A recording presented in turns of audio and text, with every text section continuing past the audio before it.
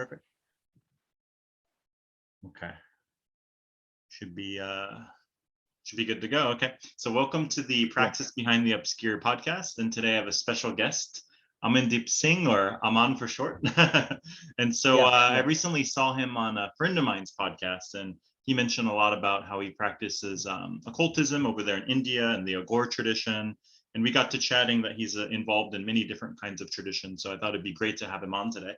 So can you introduce yourself and a little bit about how you got interested and how you got into these occult practices and spiritual traditions? Hello, Ryan. It's nice to meet you. And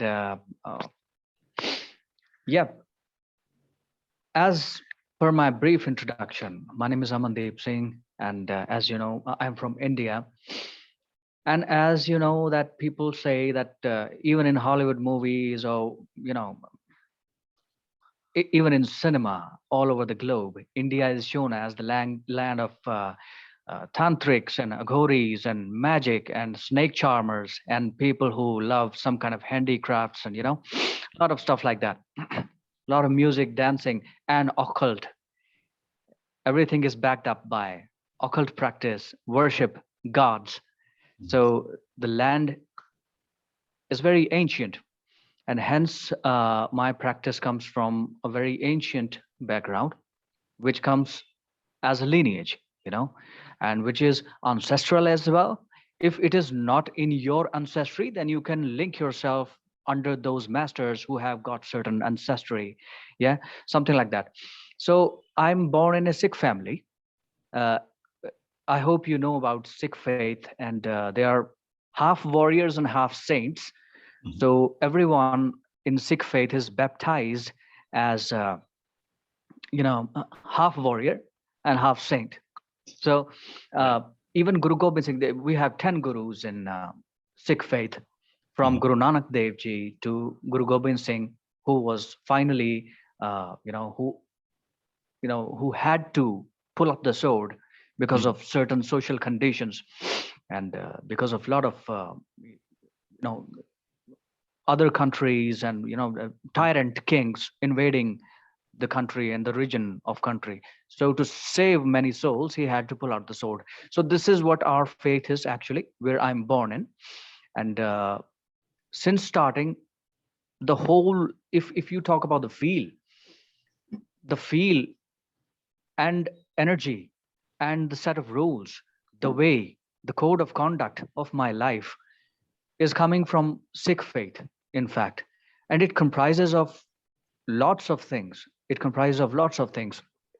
If you talk about Aghori, I will tell you a little about Aghori as well, how it is also related to Sikh faith. I mean, it is sum total of everything. The only difference is that in Sikh faith, it is a monotheistic, practice of one God. Yeah, it's more like Bible. It's more like practice of one God. Yeah. Right. I grew up in California, and there were a lot of Sikh people there, and I never really knew much. I never really got to know that much about it. They're from mostly Punjab region, Amritsar, and things like this. And my impression was, I never studied it deeply or anything like that, but my impression was it almost seems like a mixture between Islam and the Hindu faith. It has some elements of both of them, it seemed like, from what I could. Exactly. Obviously. And Guru Nanak was the founder, is that right? He's the founder? Shri Guru Nanak Dev Ji, he's the founder. And he is considered to be the living soul and living embodiment, enlightened soul, which came directly from beyond, and rest all 10 gurus, rest all 9 gurus are the same light of Guru Nanak Dev Ji. That's what it was. I see. And almost like a reincarnation or an emanation. Exactly. Okay. Exactly. And I did notice they had in California, some of them, they didn't cut their hair. They would, wrap it up, and then the sword, something like a bandana. Yeah, like a bandana, and then having the sword was also part of the tradition too, right? As you mentioned, the partial warrior mixture in there with that. Yeah. Okay. And if you talk about if I can compare, you just see the philosophies. I don't know the deep philosophies, but if you just overall see the philosophies Knights Templars. They're more like Sikhs, you know. Mhm. Yeah. They're fighting for the God. Yeah. Mhm. And Sikh faith is something like that. Their worship is of one God, although they recognize the existence of many different forms. But Mhm. yeah, they worship only one. Mhm. It's not that they're shunning or banishing or breaking idols, something like that. No, they the Sikh faith understands the significance behind all the forms. They Mhm. understand it deeply, and the holy books talks about the purest form, that Mhm. even if you worship many different forms, at the back end there is one Mhm. light which is coming from up there. You have to pick up that. Don't miss that. Even if you are doing idol worship, please don't miss that out. Mhm. That's the main current, that which you have to grab. So that's what it is. So Sikh faith is very deep in terms of, if you talk about Hinduism. Mhm. Hinduism is sum total of everything. You will find yoga, you will find tantra, you'll find bhakti, you'll find santmat practices, followers of the saints. You'll find Shivite faith, who worship Shiva. You will find Vaishnavite faith, who worship Vaishnav. You will find Brahma faith, who are more like Brahmins and do a lot of rituals, and Karamkandi Brahmins, something like that, who are the knower of all the ceremonial magic thing. Yeah. Then you will find the Shakti faith, the feminine faith, and there are further bifurcations in it. But Hinduism is vast. It's vast. So if you take out only the devotion part and worship, and something like the feeling of Yeshua and Bible, Mhm. and only the outlook is different, attire is different, and only one thing is different, that they are warriors too. That's it. Mhm. And Okay. that becomes a Sikh faith. Well, very interesting. I think it's one of the lesser known. I mean, people know about it in America and the West just because there are Sikh people around, but it's, most people know something about the Hindu faith, yoga, and, traditions like that, and Islam. But Exactly. Sikh is definitely one of the lesser known faiths. I mean, as far as for Western people, they don't know the details and things like that. What is the name of the holy book? And I heard that I had a Sikh friend. I think he told me it's almost like a song or something like that. It's comprised as like Exactly. long Exactly. sort of oration or something.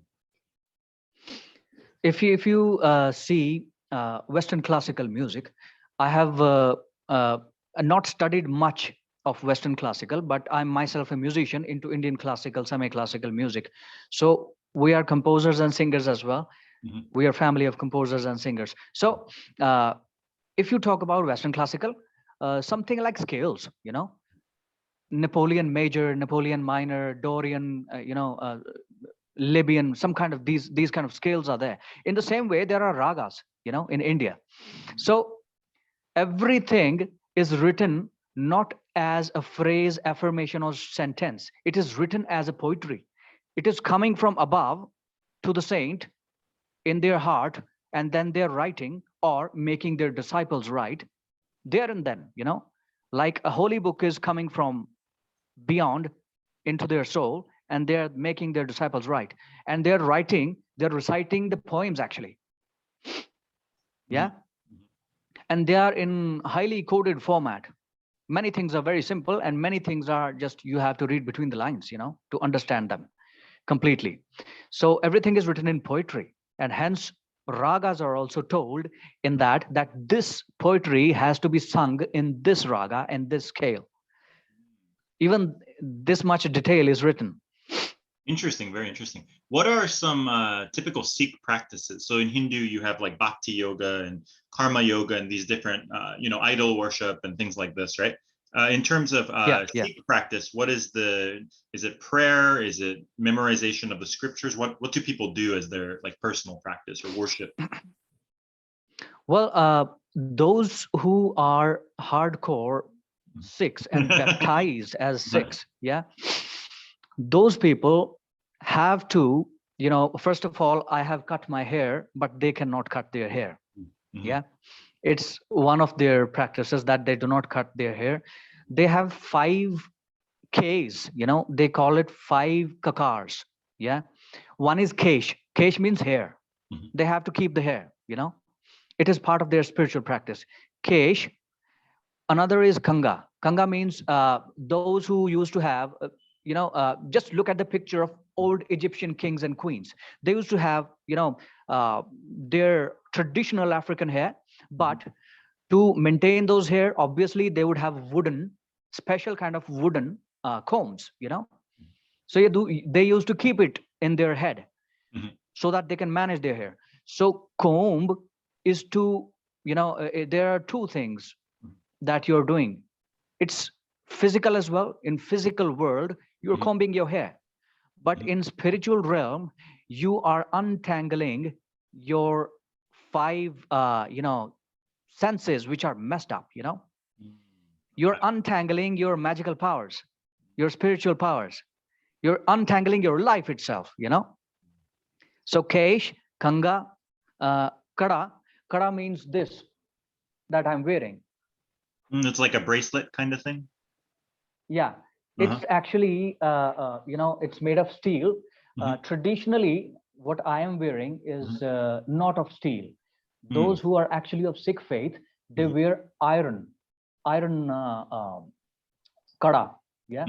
So it is actually used in martial art practices. Interesting. So, okay, like a steel knuckle, like a steel knuckles in English. Yeah. Okay. Exactly. And mine is very small.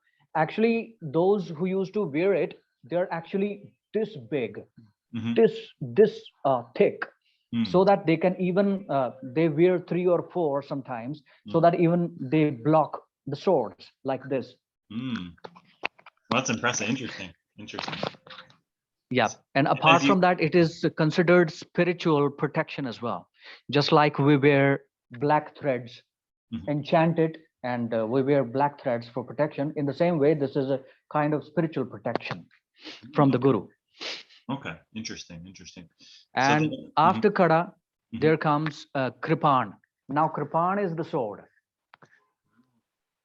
Kesh, Kanga, Kada, Kripan.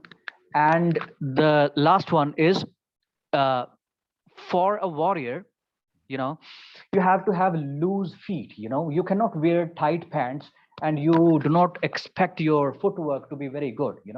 If you have to do taekwondo, you have to have your legs free at least, so that you can jump and do something. So they used to wear a kind of it's more like a boxer shorts, but traditional ones.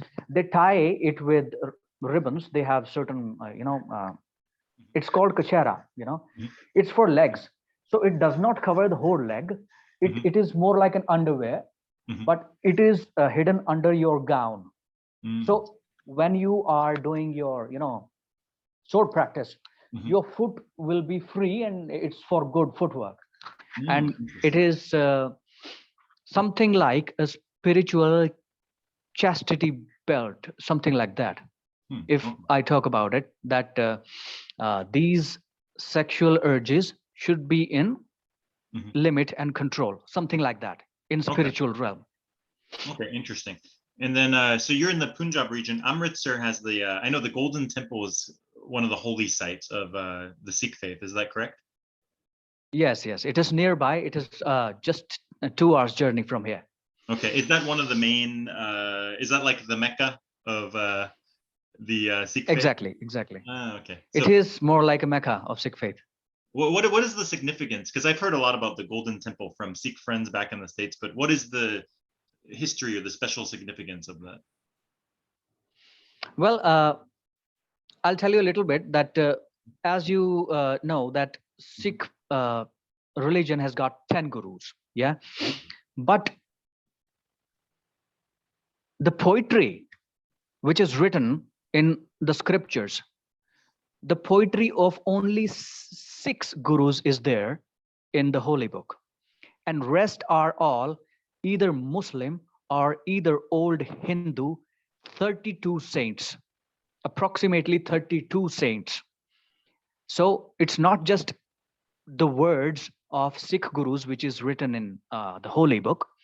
Everything of old saints, be it Islamic or be it Hindus. So 32 saints are there in that book, plus 6 gurus of Sikh faith, and rest 4 gurus have got their different books and different libraries, which are also considered holy. But the main power is held by this book, which is called Shri Guru Granth Sahib. Okay, and that's the main text. That's the main. That's the main text. Mhm. And if you talk about the significance of Golden Temple, so Guru Arjan Dev Ji, which is I can say, which is the 5th Guru, Mhm. if I'm right, he is the 5th Guru of Sikh faith. He actually collected all the texts and created Shri Guru Granth Sahib Ji. You know, he laid the foundation of many poets and started that great work of creating the book.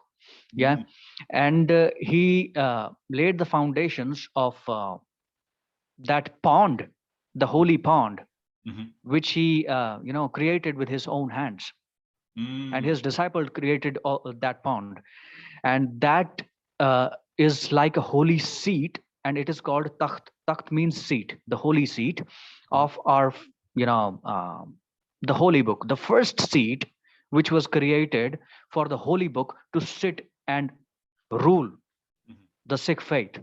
Mhm. So it's more like a symbolic spiritual practice that we have given it a value of a king.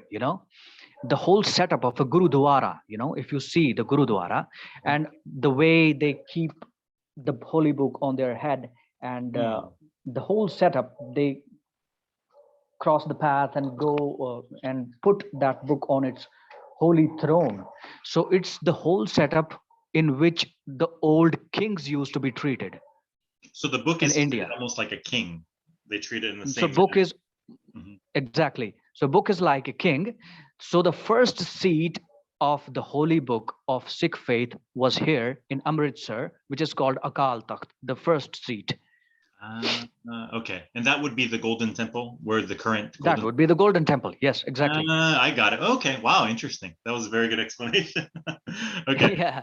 Yes, and you said you're about 2 hours from there, roughly.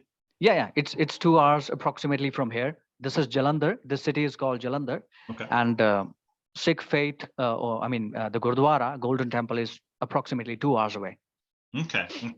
So I guess to transition a little bit, we were talking a lot about Sikhism, but also you are practicing Aghori. So can you explain maybe how is that distinguished from Sikhism or from Hinduism? Is it a branch of one of those? What are the specific philosophies, practices of your tradition of Aghori? Well, Aghori is very deep. First of all, I would like to explain a little about this thing, because so that if somebody is little more conservative about the Sikh faith, so I'll have to explain a little bit more about this. Yeah. So for me, it's emotion, a very deep emotion, and I don't know why. Maybe I'm wrong, but I don't know why. Even in Sikh faith, I can see the essence of Aghor. Yeah. Just look at the word Khalsa. Our religion is also called, Sikh faith is also called Khalsa Panth. Yeah. Now, what is Khalsa? Khalsa comes from an Urdu word which means khalis. Khalis means pure. So there is a phrase which is said by Sikhs, Raj Karega Khalsa. That means a Khalsa is going to rule the world. Yeah, one day it's going to come that Khalsa at the end is going to rule the world. Now, there is an essence to this. It doesn't mean that Sikh people are going to rule the world. It means that person who is actually pure from the heart, the whole cosmos is going to possess that person one day, and his bright light is going to rule the world. And obviously people are going to come to him to tell their grievances, their desires. He would turn out to be a counselor one day, and he would be a spiritual guru, and people would find that they are finding some peace around him. So he will definitely rule the world. So Khalsa is going to rule the world. Yeah. So everyone who is into the esoteric path, and if he is a true wizard or a wise man, which this earth wants, actually, so that person is a Khalsa, and that person is going to rule the world. In the same way, like I have explained to you, the Sikh faith, which is Khalsa, yeah, that means pure. Now comes Aghor. Aghor comes from the explanation, a very deep feeling. Now I will relate it bit with your esoteric theory of Western world, as above, so below. Yeah, microcosm and macrocosm. Yeah, so Aghor is which is neutral and non-manifested, which is stable and which is going to remain the same ever. It's not going to change. And Ghor is the design of manifestation. Aghor is neutral, and Ghor is the way of struggle, way of manifestation, way of dividing, you know.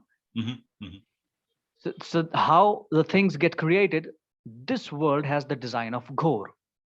Yeah, we are living in a Ghor world, but we have to become Aghor. So the person who is Aghor, he's continuously trying to become neutral, and he's continuously trying to become as a childlike. So Aghor is the one who doesn't understand the difference between urine and Ganga Jal, you know, the holy water. So that person is a Aghor. It's just sort like of a a child. non-dual state or non-dual consciousness. Exactly. And why I think Aghor comes from this, there are a lot of sacrifices told in Aghor. It's called Chappan Bhog of goddess and gods. Yeah. In that Bhog, there's Bhog means offerings. Yeah. So there are a lot of offerings and sacrifices which are said. And in Sikh faith, the 10th Guru and many Gurus, they have laid foundation of such martyrism and such sacrifices that this gives me the fragrance of Aghor itself.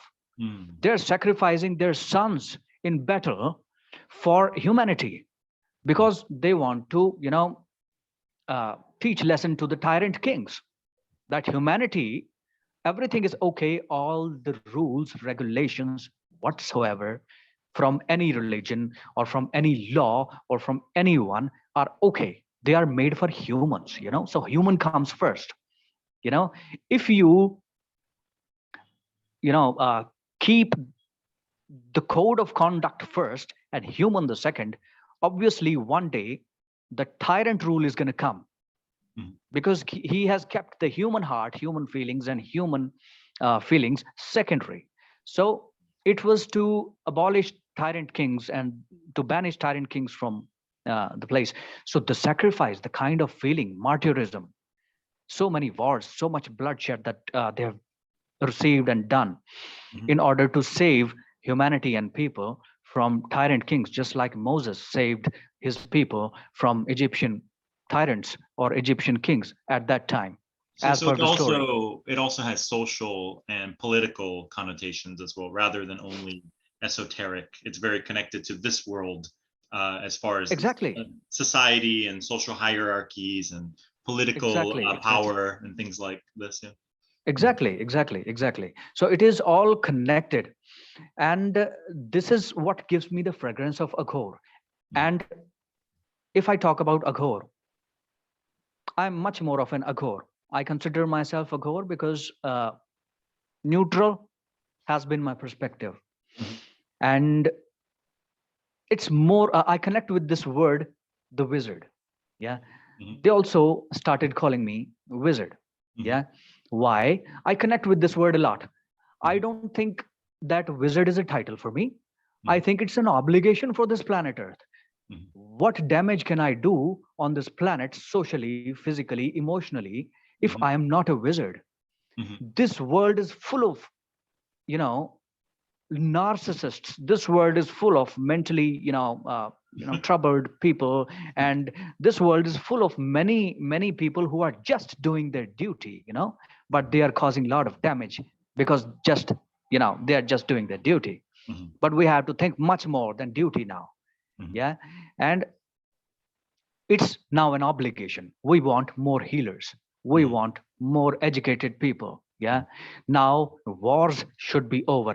So it's for me, Aghor and wizard, these words are more like an obligation. I think you should be, everyone should be the person crossing the road, or Mhm. anyone, around me, they should be wizards. They Mhm. have to be wizards. There is a small wizard lying beneath them in their heart. Mhm. They have to give food to him. Mhm. Now Mhm. everyone should be a wizard, everyone should be an Aghor. Mm. There are a lot of misunderstandings in this world, a lot of wars, because we are not neutral. We have to be neutral, neutralize the energy.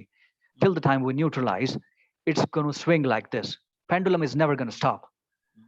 Interesting, interesting. So there's a lot of practicality in this tradition, bringing into the real world, sort of using Exactly. the esoteric and the spiritual practice to ground, create some sort of equanimity or balance in this world here. Exactly. In And it's this, beautiful. yeah, it sounds very interesting. In this tradition, is there some kind of initiation? Is the guru disciple relationship important? Is there an initiatory process, or how does the structure of it work? Well, I would like to explain this with an example Mhm. of someone called Bruce Lee. In his times, uh, with his wisdom as well, he was also screwed by a lot of temples back there in his country. That why is he teaching such elusive and secretive arts to the Western world? Yeah, and in the same way, might be same must have happened with the Japanese martial arts and everything. I believe they have still been much more open than the Chinese martial art to the Western world. They have been much more giving, but Mhm. still there have been certain secretive code of conduct and stuff like that. In the same way, yes, many of the arts, even at some point, the classical music was a secretive art in India, Mhm. and it was never taught to anyone. Mm. One reason was that every good thing was kept for the kings, Mm. elite class, and their families. Yeah. Mm.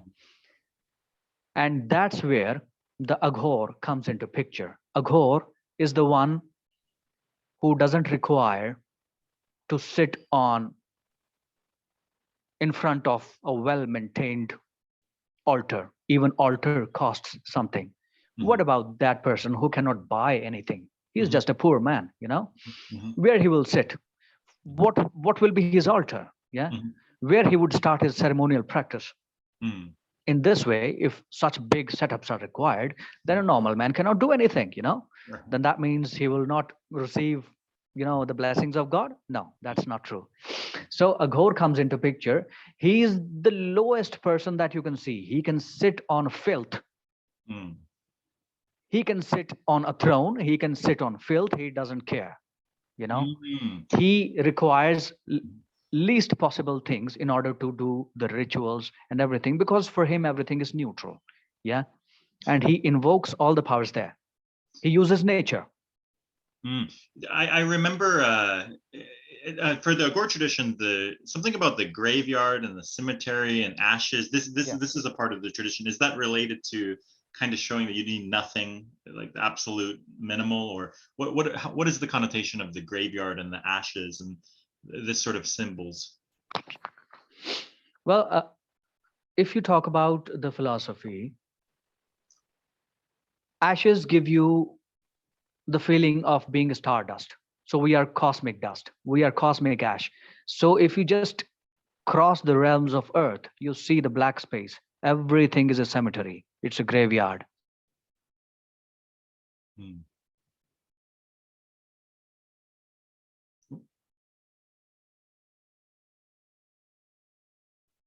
Oops, may have frozen here.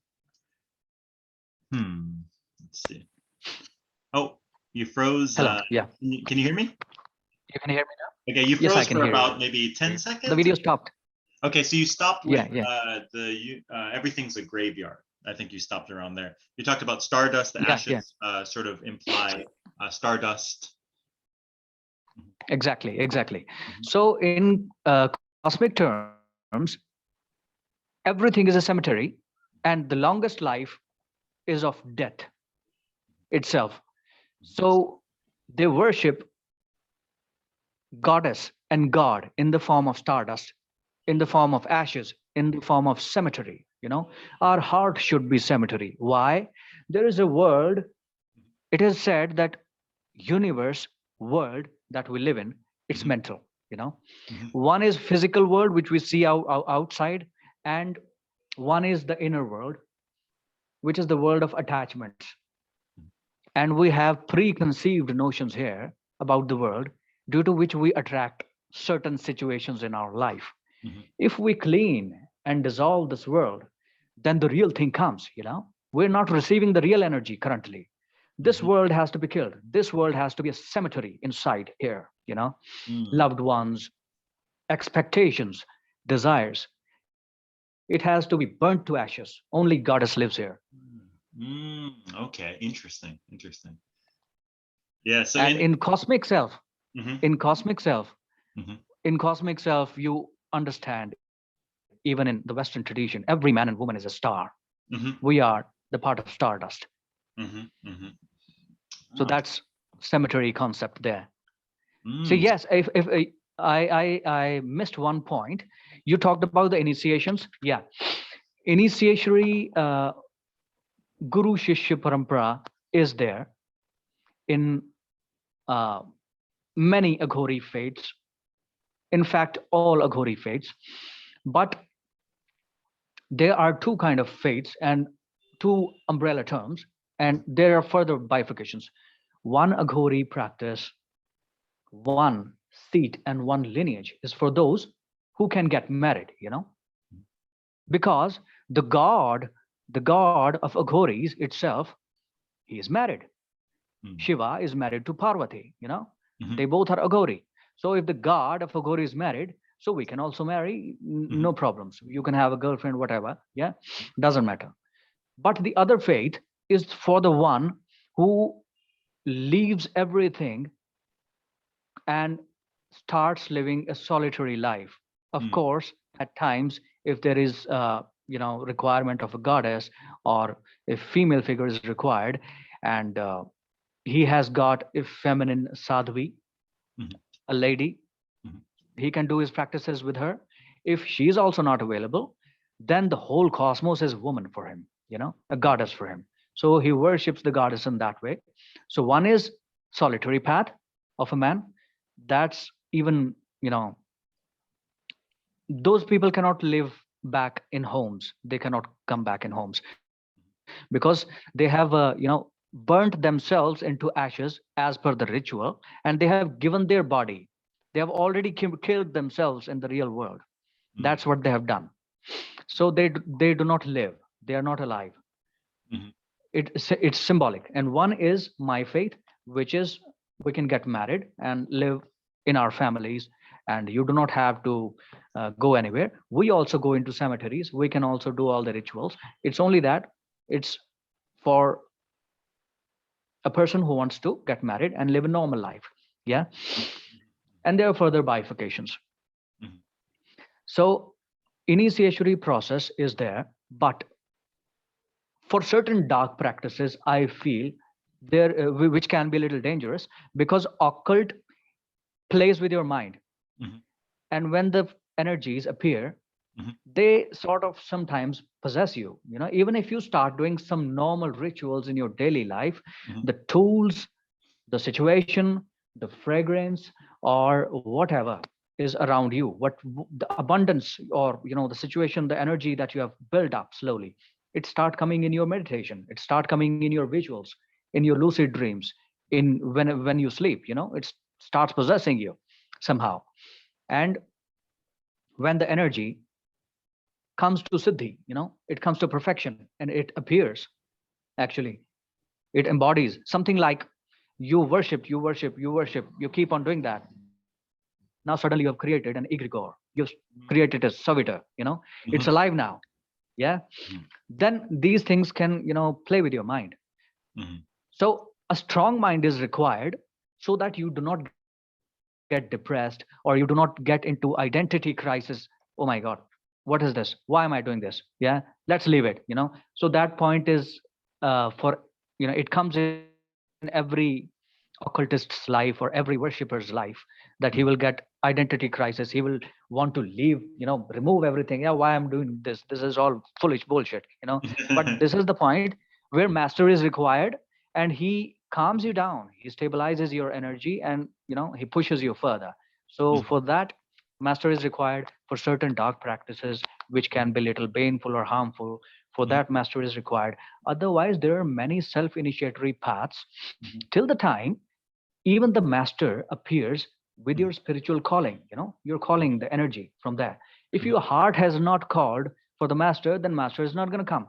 So what I feel, what I have studied and experienced, don't run here and there. You don't have to run here and there. There are self-initiatory rituals there, which you do, and you make Lord Shiva the living embodiment of Guru in front of you, and it's there. Yeah. And you put all energy into Shiva. You take initiation from Shiva Lingam itself. You take initiation from cemetery itself. There are many different ways. Yeah. And one of which ways I have mentioned in Edward's podcast, one of your friends' podcast. Yeah. Many other forms of initiations are there. You can declare what you are, you can ask for what you are, and you can get initiated symbolically. And it holds, it is written in scriptures as well. And many gurus tell many of their ways which are bestowed upon them during meditation, which are told to them in meditation by their energies. Yeah. So yes, self-initiatory path is also there. People can get self-initiated and start their practices. It's only advised that you have to have a strong heart. Yeah. First of all, prepare yourself. You have to have a strong heart.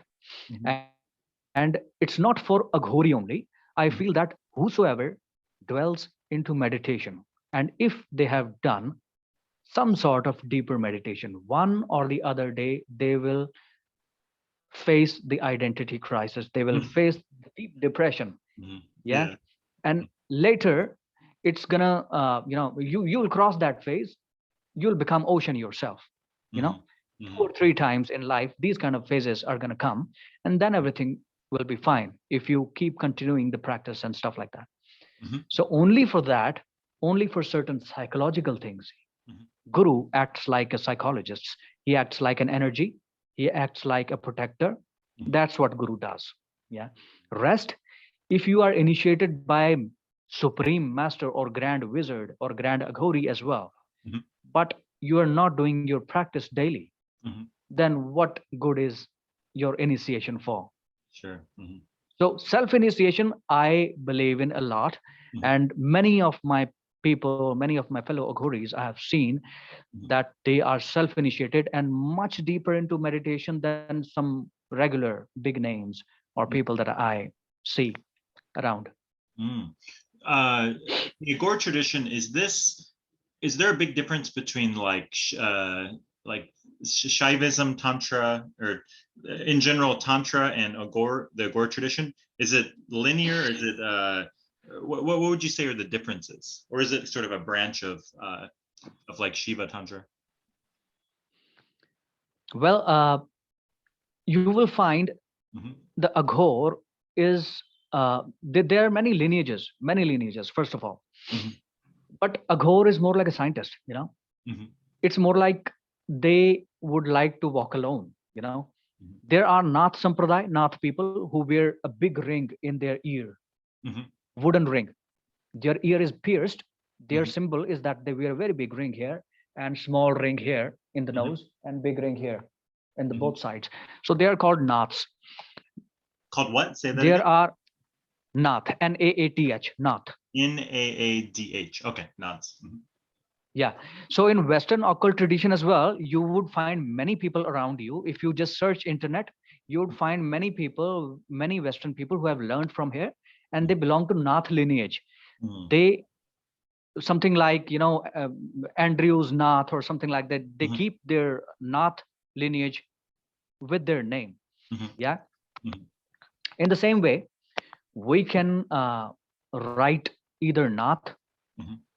with our name, or either Aghor with our name, that like Amandeep Aghor or Mhm. Amandeep Nath, something like that. But I don't do that. These are all symbolic. I don't like changing the names or stuff like that. But it's your choice. If you wish, you can do that. Uh, we were talking about Aghori lineage. Mhm. Yeah. Mhm. Shaiva is one lineage. You Mhm. will find Aghor in Shaiva lineage as well, in Vaishnav lineage as well. Mhm. So for prime deity, uh, for Vaishnav people, Mhm. Vaishnav Aghors, their prime deity is Narayan. Their Mhm. prime deity is Vishnu, Mhm. the cosmic Vishnu. Mhm. It's all symbolic, Sure.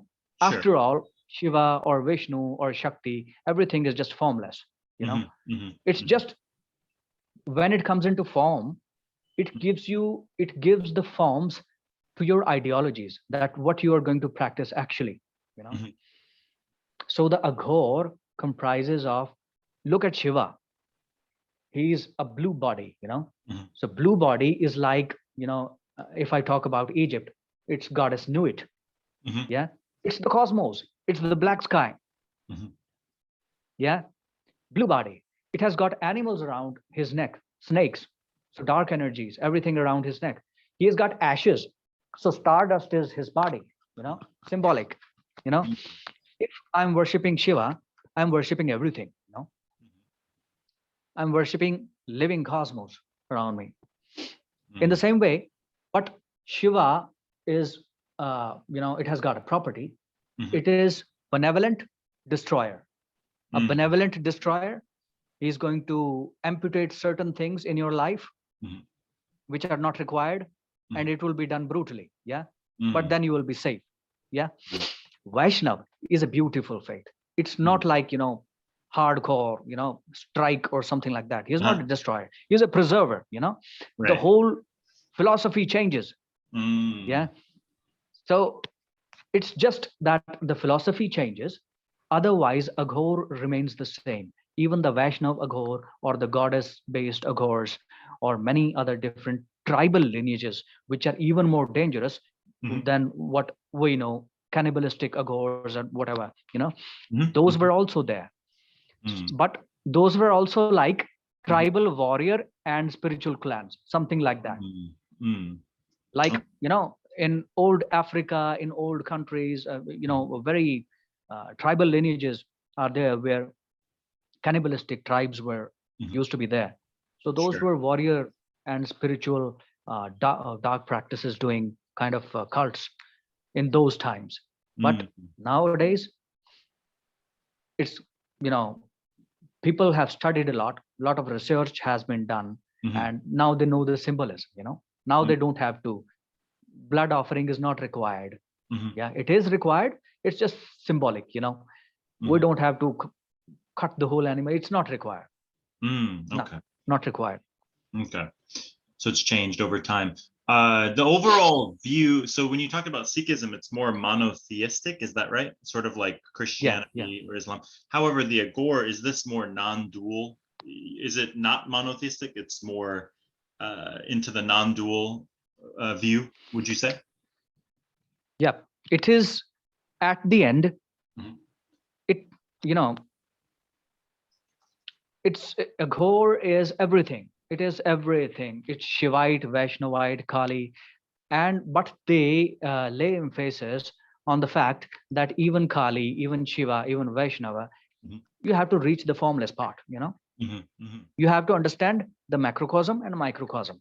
So Mhm. it goes both ways. Sure. But only one difference is that in Sant Mat or in Bhakti Mat or in the way of a sage, Mhm. they would renounce the word and they would say that this is not important, and spiritual world is important. Mhm. Aghor lays emphasis on desires as well. Mm. He's neutral. He is very natural. If I'm feeling like eating something, Mhm. I will eat. Okay. Mhm. Yeah. But then while I'm chewing, I have to be in meditation, Mm. Staying conscious of the process. staying conscious. Yeah. Mhm. If I am feeling like having sex, Mhm. nobody is stopping you. After all, this thing was made for you. So if you are going to turn off all the buttons, then you are, insulting the god. Why did he put electricity onto your switchboard if you are going to switch off all the buttons? This is nonsense in terms of my Aghor. Yeah. So like Bible says that I was hearing some pastors very beautifully explained that if somebody tries to explain that why was this everything was created, if everything is made out of pure energy, God is made of pure energy, then why all this suffering, and what was the fun of creating all this? So the pastor said that you look upwards and see the heavens are telling the glory of God. It's for you just to witness and enjoy the glory, but we are not doing that. We are stuck in many different things and dualities and fighting with each other, and stuff like that. But you look upwards and see how small we are, and it's to witness the glory and majesty of God, that everything is open and everything is for you. So Aghor is in the same way recognizes that if you want to have sex, have it, but then go deep into it, Right. Go be deep aware, into it. be conscious, and be like without it's like worshiping your goddess. Without reification or attachment to the process, rather fully immersion, fully aware. Using fully aware. Using the desires as sort of a vehicle for non-duality or enlightenment, or the full experience of the moment, so to speak, right? Exactly. And Aghor recognizes the fact. I will give you a little example that, for example, teenagers or people they are interested and they wanna join each other's bodies and they want to have sex. Just two things. As per the philosophy, if I see what people are doing, they make it out, then they are left feeling empty. So have they really enjoyed sex? What have they done? What button they have pushed? So first thing is, even for just a platonic relationship or for meeting or for physical union, even for that, some sort of deep understanding and friendship is required. And we go beyond that. We are not even friends. For me, she is goddess, We have to worship the goddess so that she can say that she has enjoyed a little bit, and I can first go to the physical level, then go to the emotional level, touch the heart at least, then think about the spiritual level, that we have to be enlightened. People are not even enjoying the physical process and they are left feeling empty. Then they're talking about the spiritual process. How is it possible? People don't have, which I have seen even in my clients, sexual understanding of each other. We don't understand what she wants, or she doesn't understand what I want. Even if they understand, they're not trying to do it because they want their enjoyment. Selfish enjoyment. Selfish. First is sexual understanding, and then becomes the sexual respect. If you have turned on all the buttons of the other person, then it's not a pleasure. Then it becomes a responsibility to calm the energy down and to fully love and respect and worship the person so that it settles down somewhere. Sure. Now you have, with your excitement, for your enjoyment, you have done everything. You have turned all the buttons on of the other person and they are feeling empty, and now you're over. then it's not Aghor. Then it's not Aghor. Yeah, sure. It's just lust, or so narcissistic, sexual. Narcissistic, yeah. So even if you get over, it's not like becoming superhuman.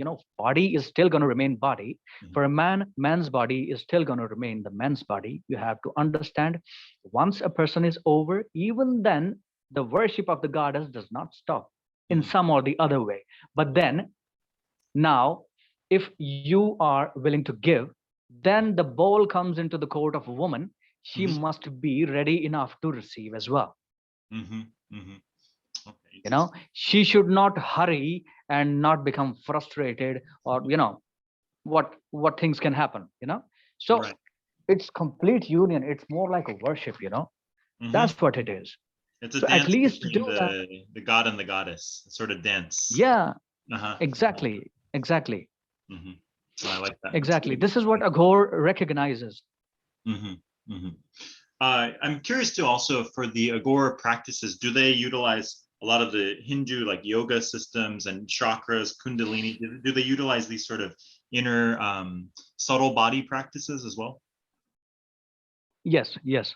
Mhm. So if you talk about Tantra is everything. Tantra is actually a network, a system. Yeah. If I know the network, I can swap the cables. Mhm. I can swap the ports. Yeah.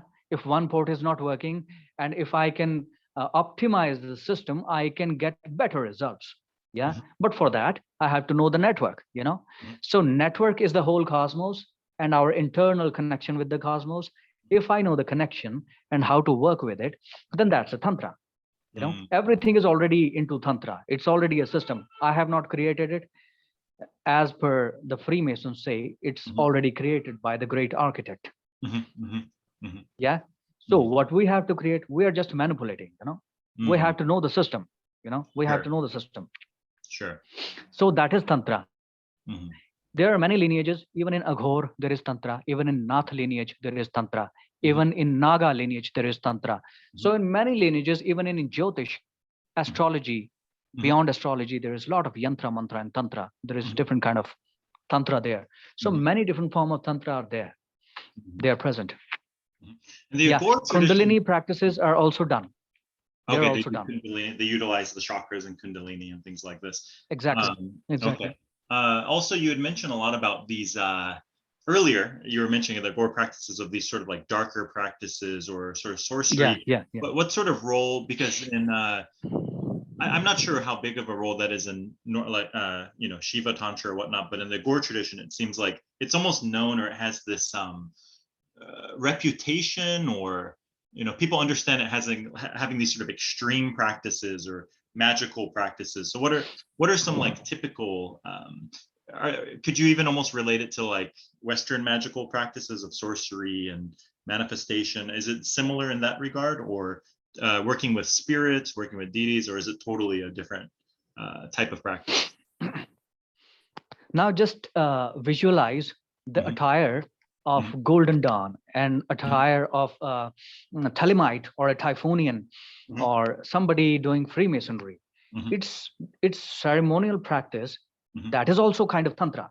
That is also kind of tantra. But look at the attire. It's more like uniform and more like uniformity and more like an intellectual, uh, that kind of ambience and look and Mhm. feel to that Mhm.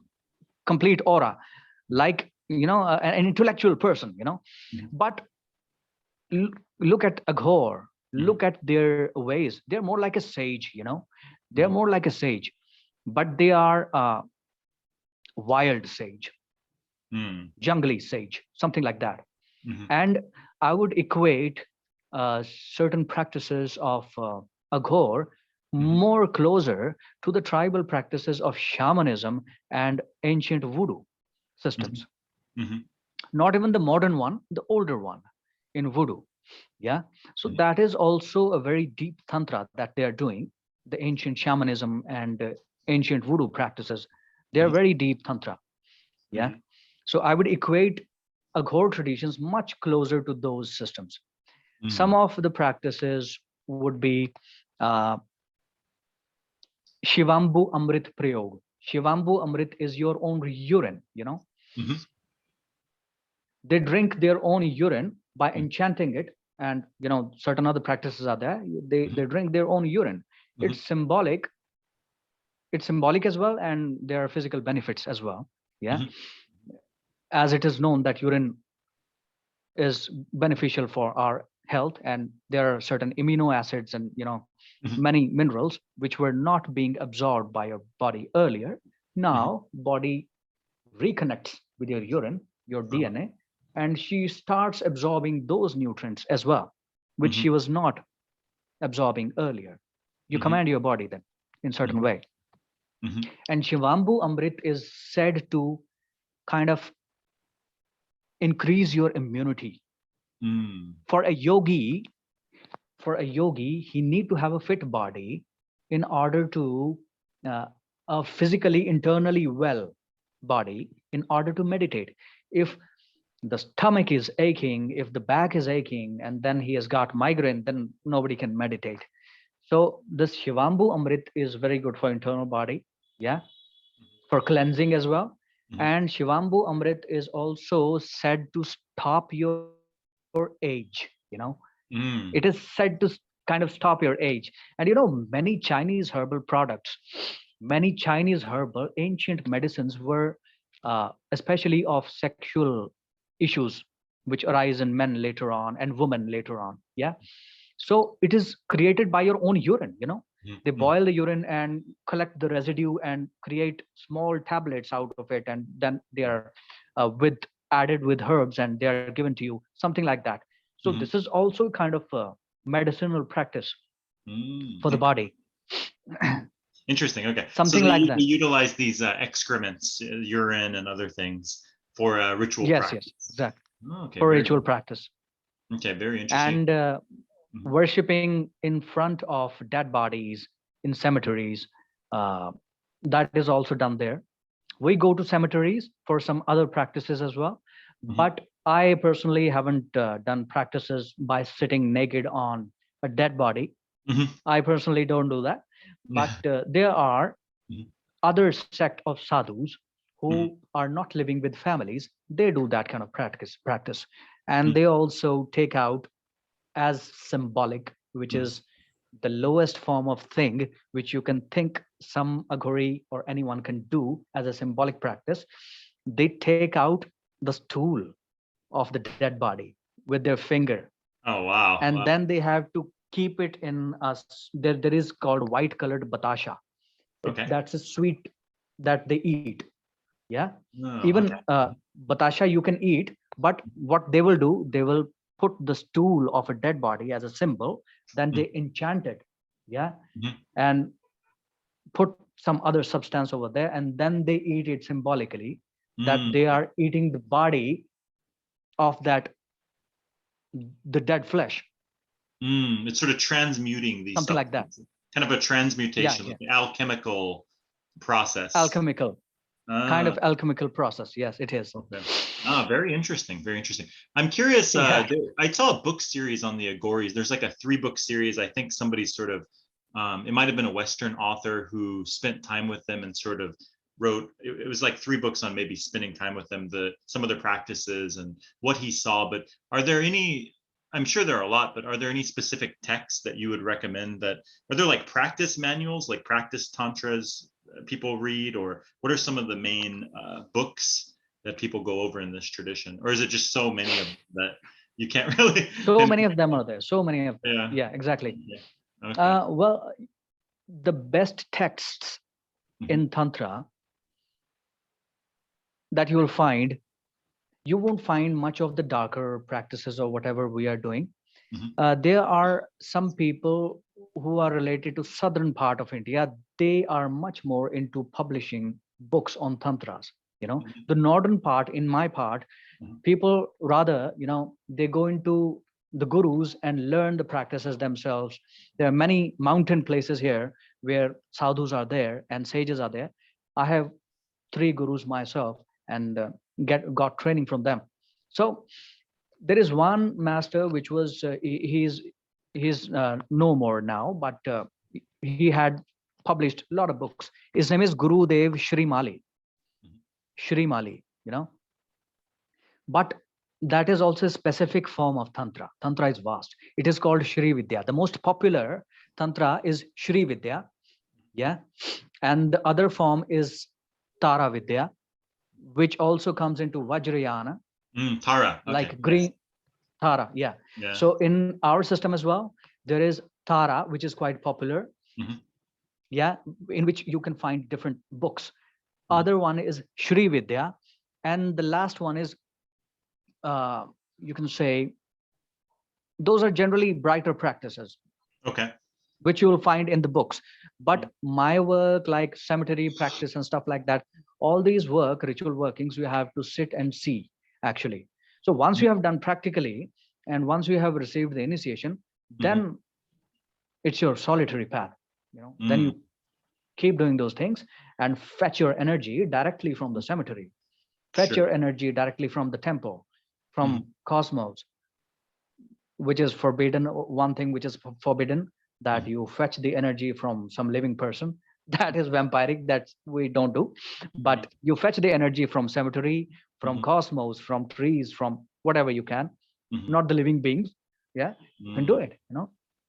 Yeah, very interesting. So there are, But it's like in terms of the different tantras and different deities, there's like the wrathful. In Vajrayana too, you have like, for example, Yamantaka, Chakrasamvara, Vajrakalaya. These are more wrathful, look scary, like, right? They yeah, yeah, get rid of obstacles by force and fire and wrath, right? And then you have the other ones like Tara, who are more benevolent, compassionate, yeah, lighter.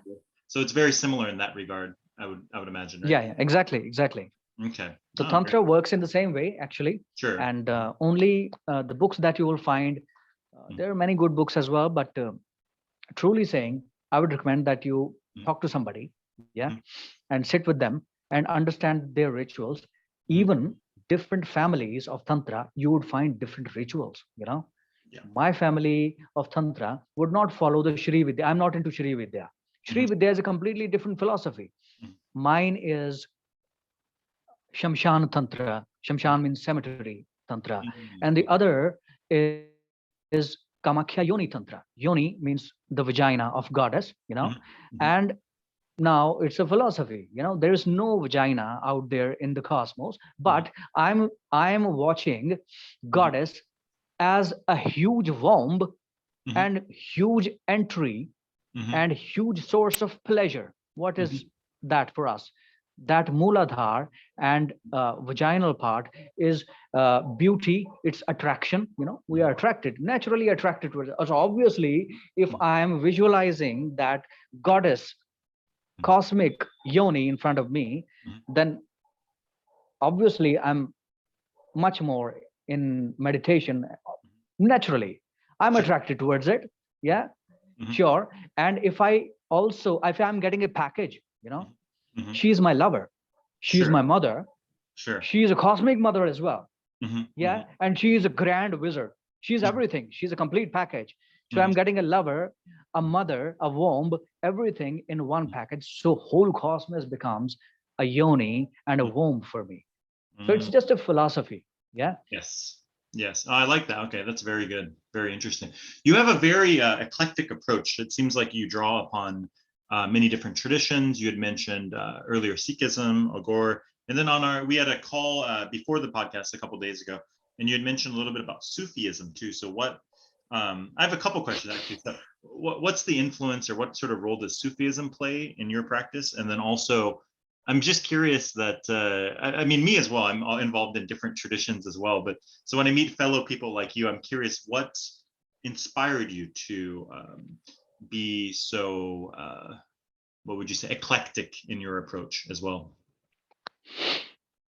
Well, I feel personally, if you read the texts of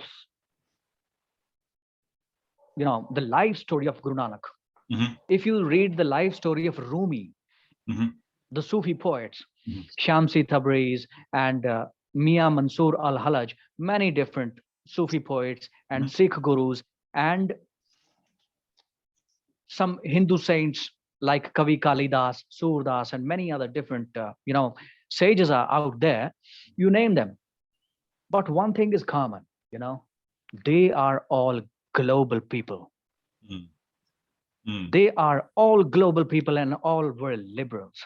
They all broke boundaries. They may have given you code of conduct, but it was not destined for us to visualize and just follow those ways and codes of conduct blindly. Hmm. Hmm. At least see them. Your masters yourself are hugely global and liberal people. They are not strict at all. Hmm. They have opened your intellect, and Hmm. hence by reading those masters, I have reached the point since a long time that, you know, even though I do not agree to your ways, if that is the case, even then, if I uh, see that, light can be turned on with your button as well, so that means my button is also working, your button is also working. Mhm. So main thing is the current which is coming from the back end to the switchboard. Mm. Yeah. So if your ways are also working and they are solving the problems of your clients, Mhm. you know, then do the needful, Mhm. That is what higher sages. First point is that you follow the code of conduct. But once you reach a certain level, then Mhm. obviously you are going to be global, because you know that Mhm. if his ways works, then why not push that button and benefit certain people out of it? Mhm. Yeah. Mhm. After all, it is working, and Right. it is going to be add on in your kitty. And even Yeshua, they were not stick to one culture.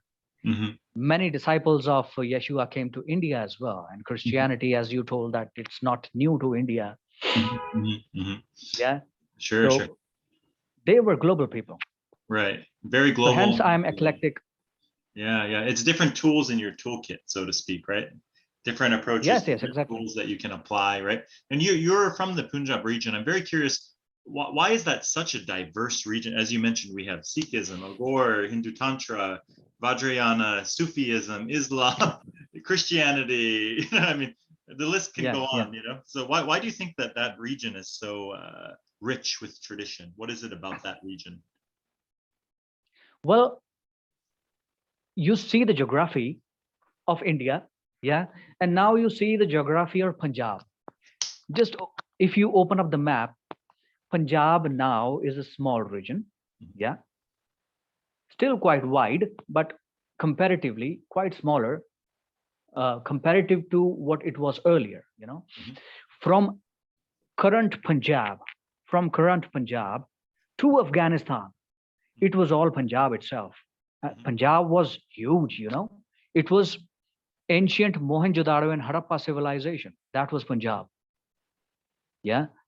And whole Pakistan was Punjab. Mhm. Pakistan was also part of Punjab, and then Afghanistan, that was also part of Punjab. So Punjab was a huge place. Mhm. Now, when after a lot of invaders, Islamic invaders, British rule, and you see the geography, Punjab is the gate. Mm. Okay. Punjab people were farmers. They were very peaceful people. But if, that is the only gate, and easily accessible, rich culture, and rich with minerals, rich with agriculture. So obviously invaders are gonna come for some kind of trade, yeah. Mhm. And that was the gate.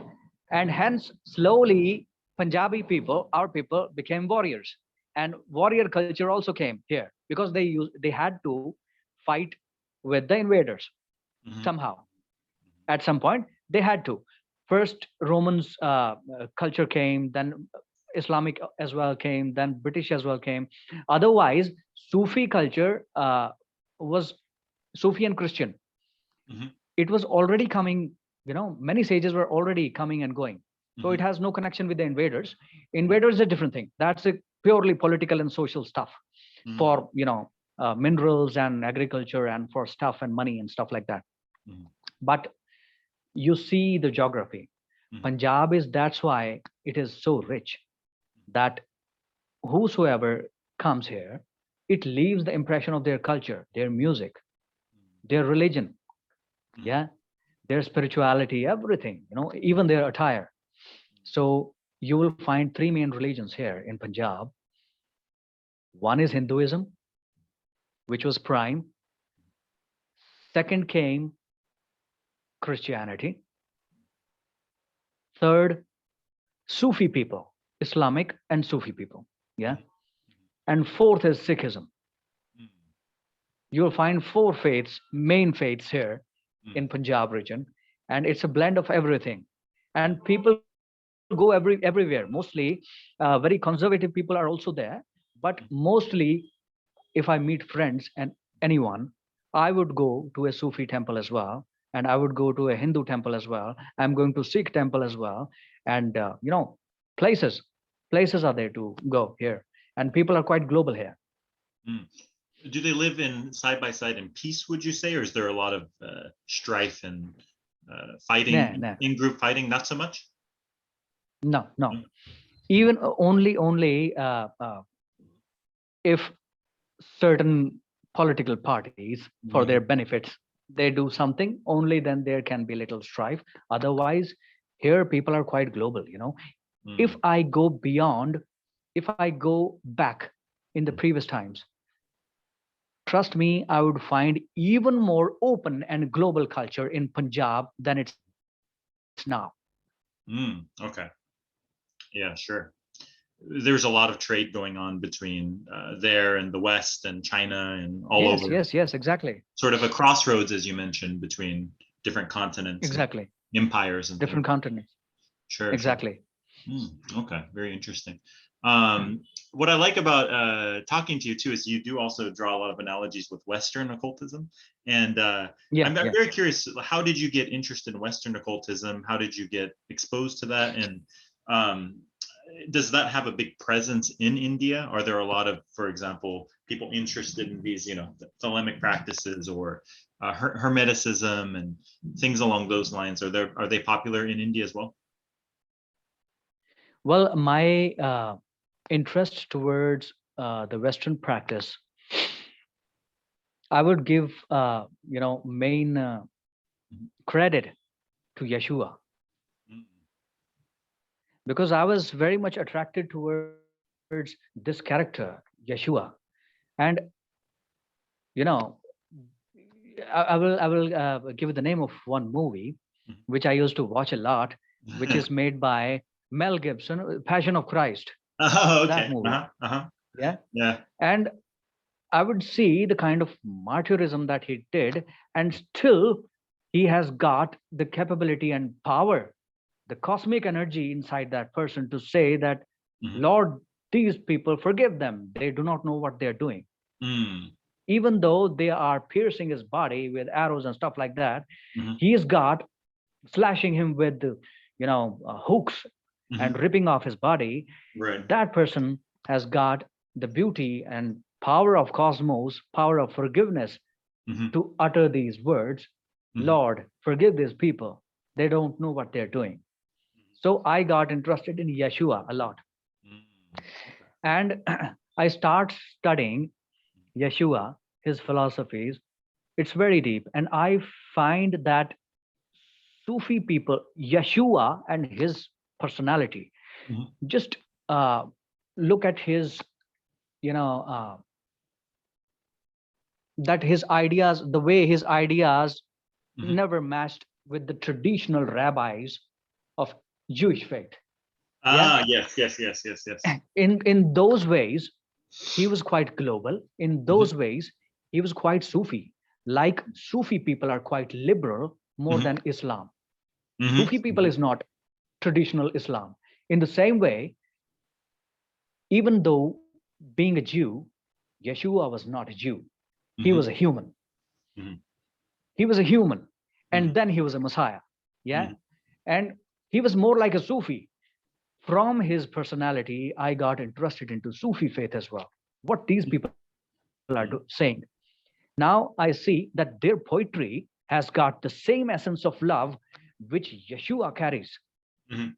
Now I study them deeper. Mhm.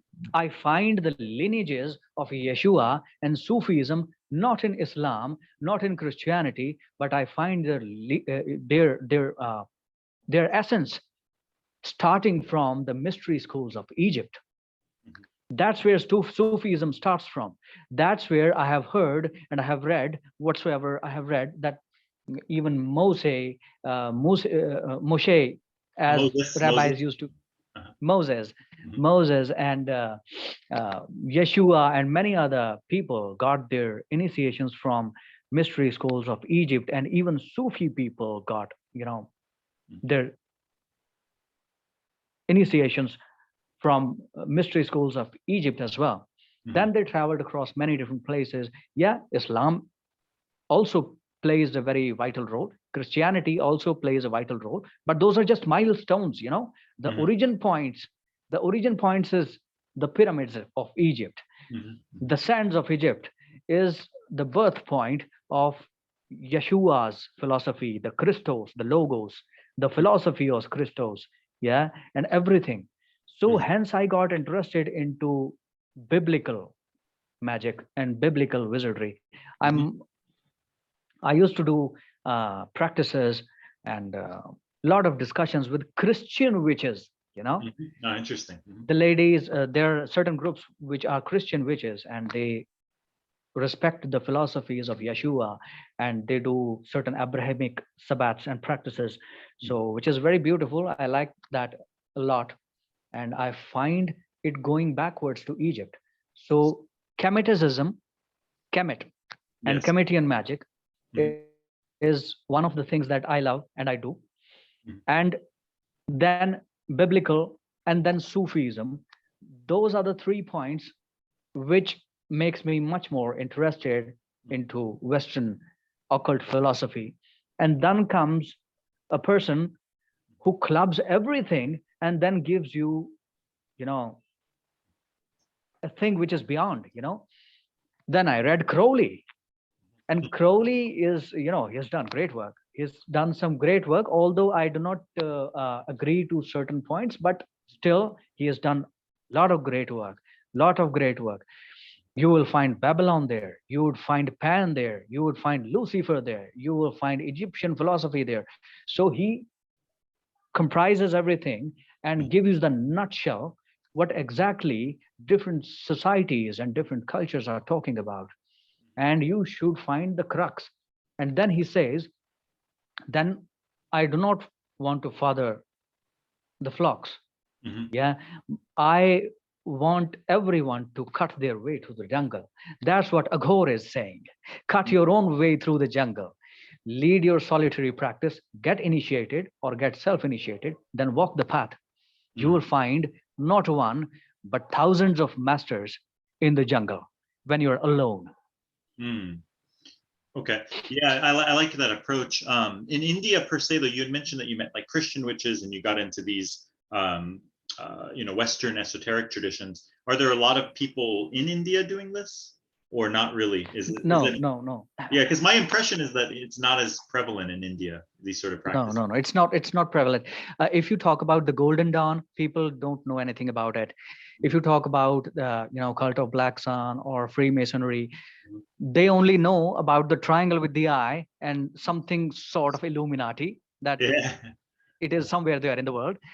Otherwise, they don't know anything about the Western magic, but they are familiar with this term witchcraft.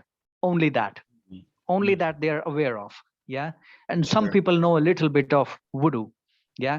But I had a lot of phone conversations and a lot of, we used to make a lot of documentation and experiment with Christian witches. So I used to type something, a long detail of stuff and experiment and send me my stuff, and they used to send me their points, and then we used to collab and talk over phones and chats. And then I traveled to places that somebody referred me that in India there is one of our disciples like this. You go there and talk to them. So by traveling and talking to different people, I collected a hell lot of things and found a lot of things to be very similar in essence. So talking about witchcraft and Western magic, I think you will find it in our financial capital, Mumbai, because it's very advanced. It's melting point of all the cultures, kind of, yeah. And in the southern part, where you will find Bengal. Why? Because during British rule, Bengali people used to have very good jobs, in British rule. I can hear you, I think. Yeah. Okay. So during British rule, they used to there is a lot of impression of British culture and Western culture in Bengal and southern part of India, because people there used to be very educated, and people there in the in the southern part, they used to hold very big offices and very big positions along with the British government at those times. And obviously, Christianity, influence of Christianity, and opposite to Christianity, but that was also part of Western magic, Mhm. a bit of Wicca, you know, Sure. modern Wicca and traditional witchcraft you will find in Bengal, some Mm. places. Yeah. Some high priestesses and priests are secretively practicing that, but Mhm. now they're coming in open. Yeah. Mm. I've recently seen certain advertisements uh, in Bengal of different people being Mhm. initiated in Wicca, and they're doing authentic work. And in southern part of India, you will find where there is Christianity. Opposite to that, there is also another cult, which is Uh, Antichrist cult, satanic kind of magic. Yeah. So that is also prevalent in southern part of India. So they practice some kind of satanic witchcraft, Mhm. and the traditional witchcraft is also practiced in certain ways, something like a hedge witch. Yeah. Mhm. These two or three practices, Mhm. witchcraft, Wicca, and little bit of voodoo, I would Mhm. say, these kind of practices you might find in Mumbai, the capital city, Mhm. and the southern part of India. Mhm. But Golden Dawn, ceremonial magic, Typhonians, and this kind of ceremonial setup, you would not Uh, find here. okay, interesting, interesting. But you have taken part in these kind of practices as well, right? As far as I'm much ceremonial more magic, inclined. or not really? Uh, I admire ceremonial magic. I Mhm. admire them a lot, but in my practices, Mhm. I use certain Aghori ceremonies, yeah, and certain mixed ceremonies with different other ways. But Mhm. I'm much more practically what I'm into. I'm much more into traditional Aghori system, Egyptian. Egyptian can be called as they are both sides on Egyptian magic. I have seen Egyptian magic as very ritualistic as well, Mhm. like we do, yeah, and ceremonial as well, like Golden Dawn does. Mhm. So I'm also into that, but not traditionally. I can say I'm into Golden Dawn. No, I'm not into traditionally into Golden Dawn. I study them, I admire them, but there are certain Egyptian practices in ceremonial craft in Egyptian that we do, yeah, and there are certain ceremonial practices created by Christian witches that I do, which are somewhat, you can say, related to LBRP, somewhat related to LBRP, lethal banishing ritual of pentagram or something like that. Mhm. Yeah. Uh, So these kind of practices I'm into. Yes, ceremonial magic runs along, but not, you know, grand setup like Golden Dawn or Freemasonry. mhm. So for that, a complete facility has to be there, you know. uh, Sure. there has to be, if I start doing there doing this kind of stuff and people start coming there, then suddenly police will also come and what you guys are doing. What's going on in Yeah. here? Yeah. Yeah. That's funny. That's So funny. this is the reason. Yeah. Yeah, yeah. Okay, interesting. How can you share a little bit about you have a group called the Violet Flames, and Yeah. you Yeah. mentioned you offer some services and programs. Can you talk a little bit about what the Violet Flames is and what sort of services you offer for your clients? Yes, surely. Well, Violet Flames is the name which came from the image or energies that we used to see while meditation, and it's purple and violet is the color of crown chakra, Mhm. so these are the violet flames.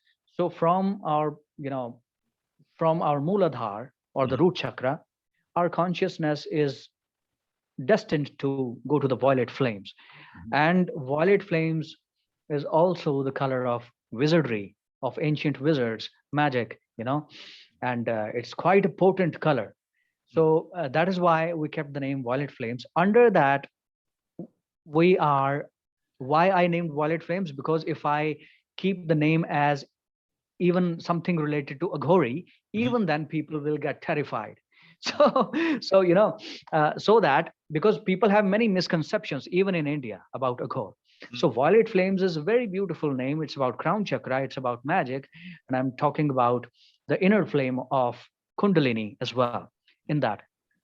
So we offer Aghori initiations and initiation in our Egyptian or this kind of ceremonial stuff as well. Whosoever is interested in that, primarily most of the people who come to us, obviously, very few people know about the Western part. So those whoever come to us, we give them the initiations in Aghori or the softer Bhakti mark, meditation, stuff like that. And beyond that, we offer tarot card reading, dream reading, photo reading, and water scrying, stuff like that, pendulums, and many other different readings of Aghori ways in which we give remedies to people for their career, life, and everything. And also, people want, then we do the exorcism parts on people's houses by clearing negative energy. And if there are any demonic entities or something like that, if they feel. So first we do the test. If it is there actually, then the exorcisms and things like that are done. So these are the kind of services that we offer and much more. Okay, interesting. So this is what Violet Flame is. Yeah, very interesting. You also mentioned tarot cards. Is that popular out in India? I was surprised because I live here in South Korea, and I never thought that tarot cards would be popular here. I correlate that more with Western countries and America or Europe, but in Korea, like everywhere you see tarot cards everywhere. So I was a little bit shocked about that. How about in India? Is it quite similar in that regard? Is it quite a popular tool of divination? Yeah. Well, in India, in previous times, there used to be certain papers called Belpatra, Belpatra, in which old texts are kept since ages. So those were the first kind of there would be symbolic representations, mantras and chants written on those papers. So there would be 50, 58, something like these kind of papers used to be there. Those were Indian ways of reading at those times. So those were called Indian tarot cards at those times. And another forms was there would be parrot Jyotish or parrot astrology. So all the astrologists used to keep a parrot with them, and the parrot would go and select one card. So those cards used to be Indian cards, the old ways. Now they are lesser in use, but nowadays people are more towards Raider White cards. They are more explanatory. Yeah. But the Indian cards used to be more like oracle cards, they are more pictorial. They're more into visualization and stuff like that. Okay. It gives you more of a visual. Tarots are more into symbolism and major arcana, minor arcana, and they tell the specific stuff. So nowadays, tarot, Osho Zen tarot is quite popular here. So there is so there is a ancient sage called Sai Baba. So Sai Baba tarots is also very famous nowadays. Kali tarots are also there. Indian god tarots are there, and Raider White, of course, it is also there. Oh, interesting. They're quite popular in India. Wow, interesting. I haven't heard of these ones. I'll have to check it out sometime. It sounds quite interesting. Surely. Yeah, different edition. It so is. where can people find your services and your website? Well, they can find me on Facebook and Instagram with the name The Voilet Flames. And there are numbers given as well. They can directly WhatsApp me or they can inbox me. And whatever their issues is there, we just ask for their photograph and their date of birth or their mother's and father's name so that we can get connected mentally to their bloodline and get the readings perfectly. And then the process starts. Then we tell them the remedies and stuff like that. Okay, yeah, sounds great. Well, we're almost about 90 minutes here. I really enjoyed this chat, and maybe in the future we can do a part 2 because I feel like we only scratched the surface. On some of the topics, we only got. I mean, we got some good information and good conversation, but I'm sure we could definitely do another one another time and go even deeper, perhaps. Surely. Different topics. Exactly. Yeah, really enjoyed having you on, and thanks so much for Same everything. here, mate. yeah, I'll have your Facebook group and your website in the show notes, so people can check you out and get into touch with you. So yeah, thank you for Thank you. coming Thank on. you so much. Yeah, I appreciate Thank it. you. Take care, mate. You too. You too. Bye bye. Bye bye. Yeah. Let's see. Stop. Yeah. Oh, what happened? Yeah. Recording.